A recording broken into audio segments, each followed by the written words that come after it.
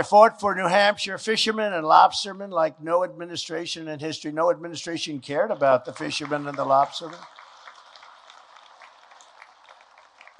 I only did it because selfishly I love that lobster. You know, going to, you couldn't get it.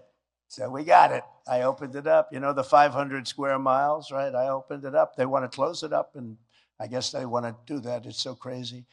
But making a deal with the European Union to eliminate tariffs on American lobster. They were charging us tariffs and we weren't charging them. I said, either you do that or we're going to charge you double the tariffs you're charging us. They said, we'd be delighted in taking the tariffs off. It took one phone call.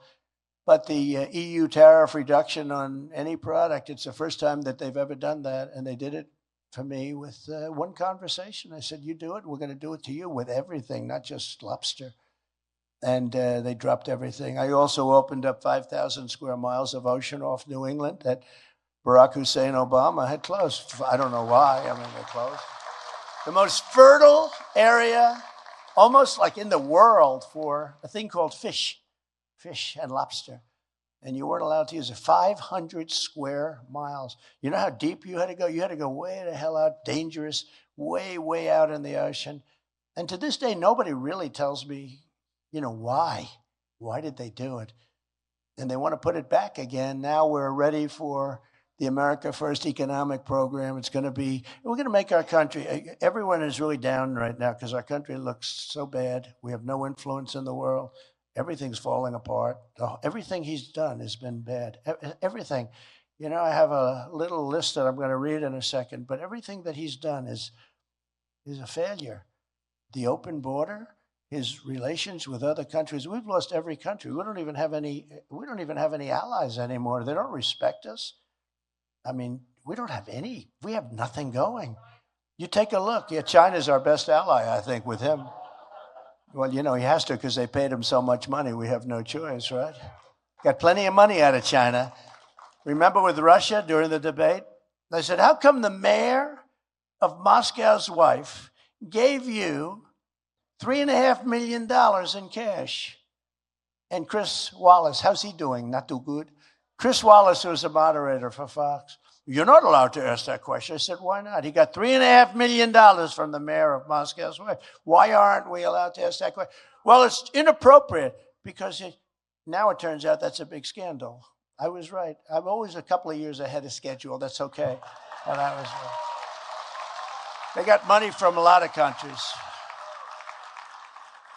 When I'm reelected, we will have these incredible tax cuts. We're going to do it, regulation cuts in addition. Again, we cut regulations and taxes more than anybody else, but we're going to get more because we're going to have so much money coming in from energy that we're not going to have to toy with your Social Security or your Medicare.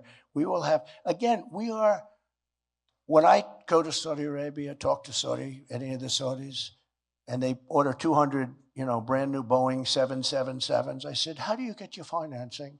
They look at me like, financing? We don't need finance. We got nothing but cash, right? We have bigger than they do.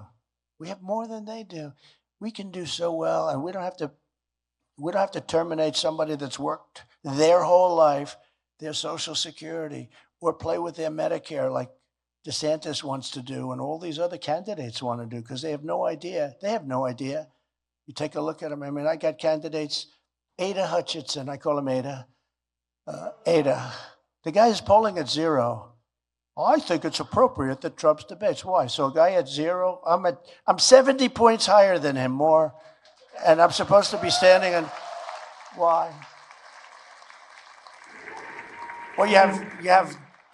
You talk about Trump derangement syndrome.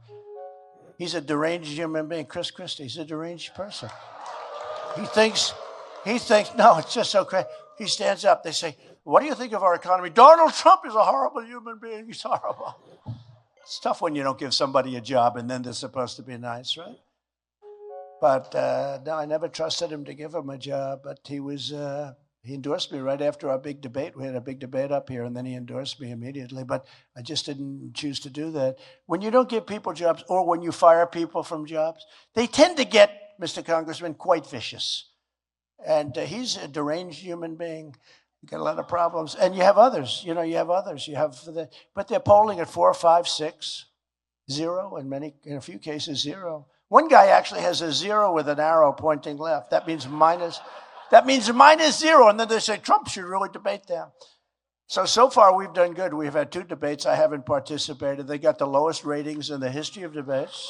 Lowest ratings, thank you. In fact, I went up to Michigan to save the United Auto Workers from their union because their union was negotiating a terrible thing a terrible thing. They were negotiating hourly wages, but they weren't talking about the electric vehicles because they can have all the wages they want, but in 2 years, they're not going to have a job if they go with this mandate that they have for electric vehicles. So I was up in Michigan while they were debating, and my poll numbers went up like another 6 or 7% by skipping the debate. And I think that if the United Auto Workers, and if auto workers, period, but if the United Auto Workers listen to their union, unless their union changes, and they're starting to change. And I went up and I explained about the fact that you would think they would know that, right? Because it's not with me a full-time job, that particular thing. It is for them. You'd think they'd know that you can't approve the electric mandates. You can't do it, all of them, because all of those cars are going to be made in China.